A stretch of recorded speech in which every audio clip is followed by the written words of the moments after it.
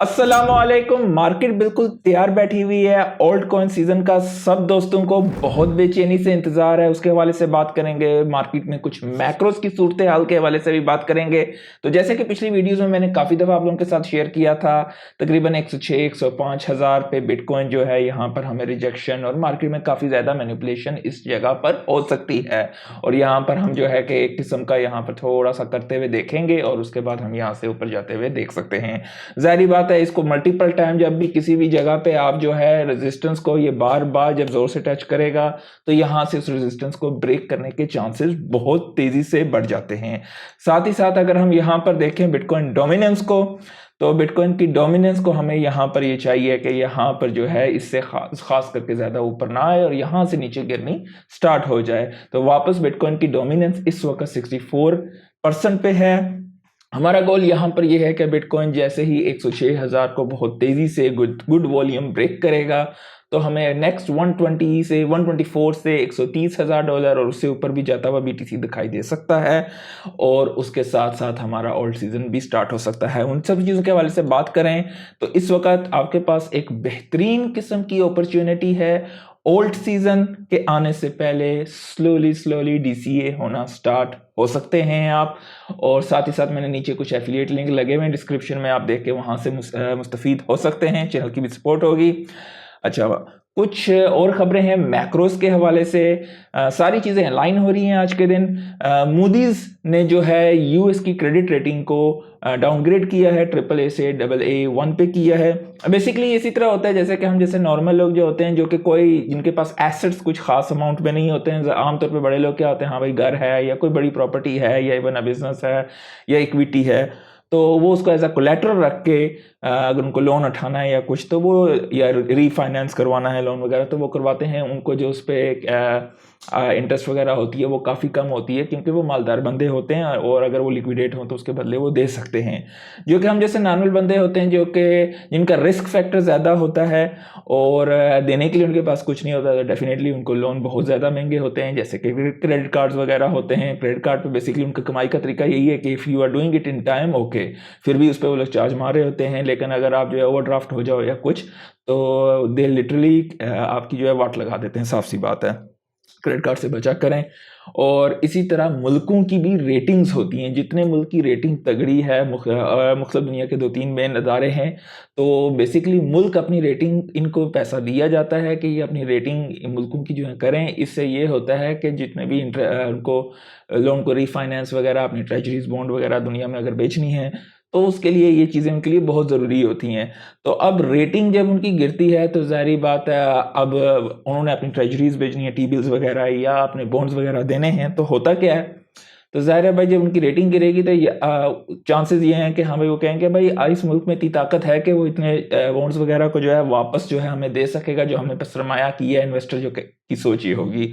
तो उस सूरत में उसके बाद दो अपॉर्चुनिटीज़ यहाँ पर ये हो जाती हैं कि भाई हाँ भाई अपॉर्चुनिटीज़ कह रहा हूँ, उसके लिए उसको यहाँ पर ये हो जाता है कि उसे अपने यील्ड को बढ़ाना पड़ता है। जैसे कभी आप पाकिस्तान में या कहीं हैं तो वहाँ पे 10-11% इसके आसपास भी 7-11% के दरमियान आपकी जो है वो होता है, क्योंकि उनकी वहाँ पर क्रेडिट रेटिंग वगैरह कम है।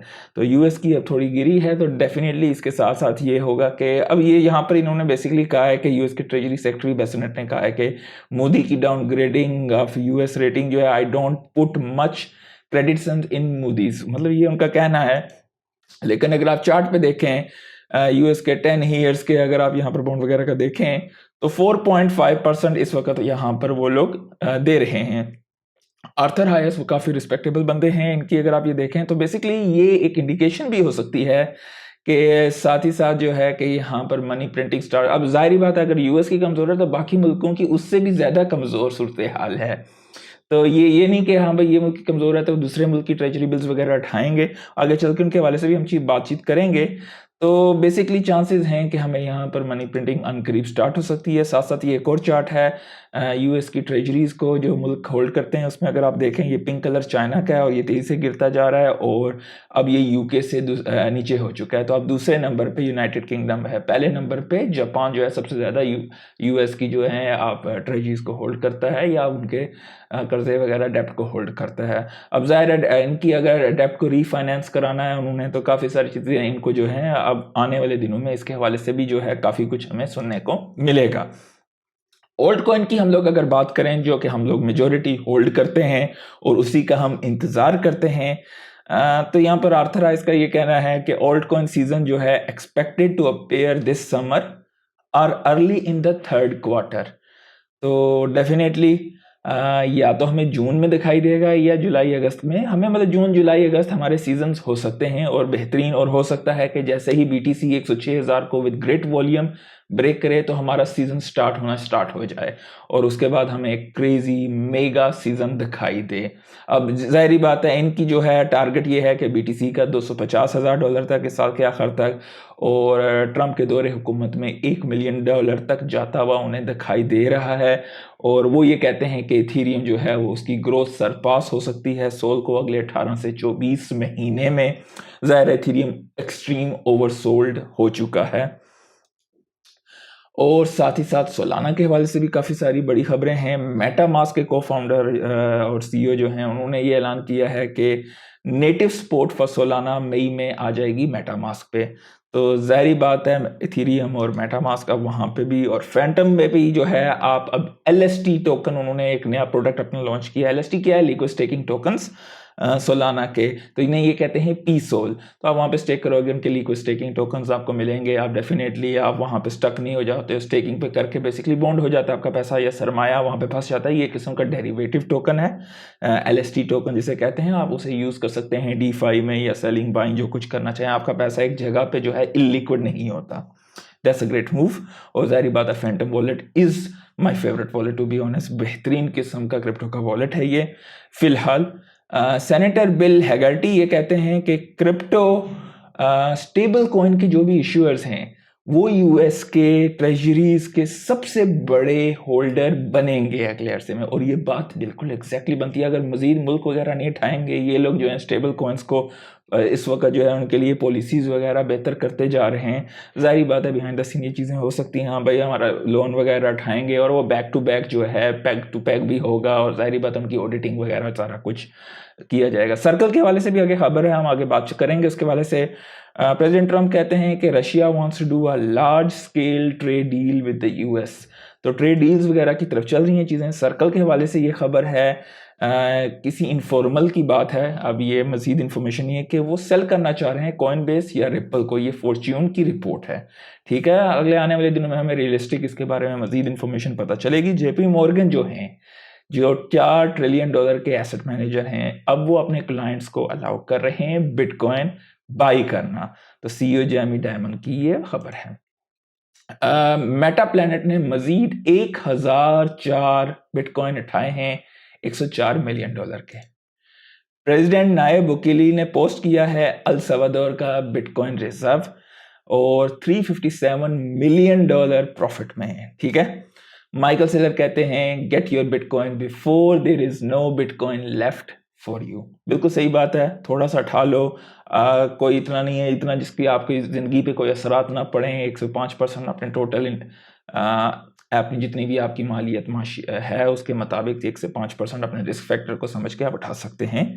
और क्योंकि ये चीज़ अगर ज़ीरो पे चली जाए आपकी लाइफ पे असर नहीं पड़ेगा, और अगर आप इसे सिक्योर भी करना सीखें साथ ही साथ, तो ये चीज़ भी ज़रूरी है। इलोन मस्क ने दोबारा से अपने ट्विटर का अवतार चेंज किया है कैक्यूस मैक्सिस पे।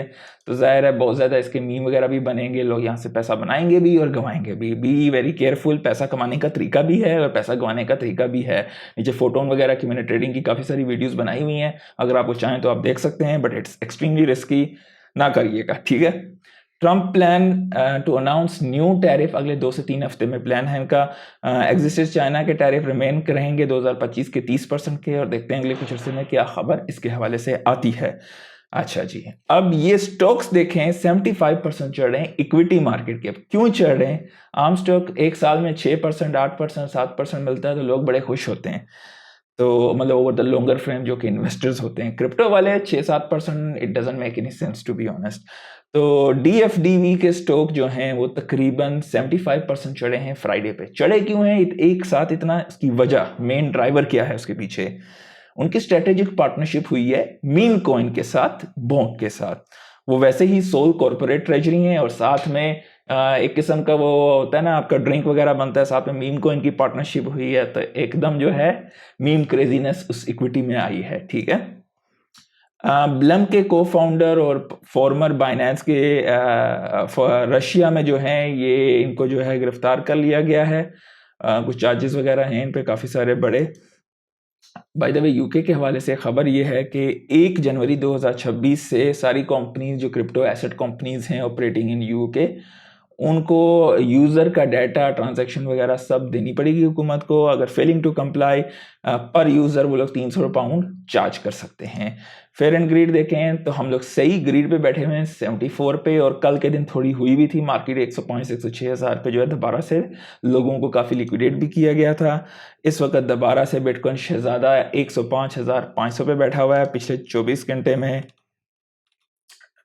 इस वक्त आप देख सकते हो कि मेन सीजन बिटकॉइन का है। मैंने आपको पहले भी बताया है, जैसे ही बिटकॉइन एक अच्छे वॉल्यूम के साथ जाएगा और आगे जाके स्टेबल होगा, फिर पैसा फ्लो होना स्टार्ट हो जाएगा, जो कि स्मार्ट मनी है। ऑलरेडी स्टार्ट हो चुका है थोड़ा थोड़ा।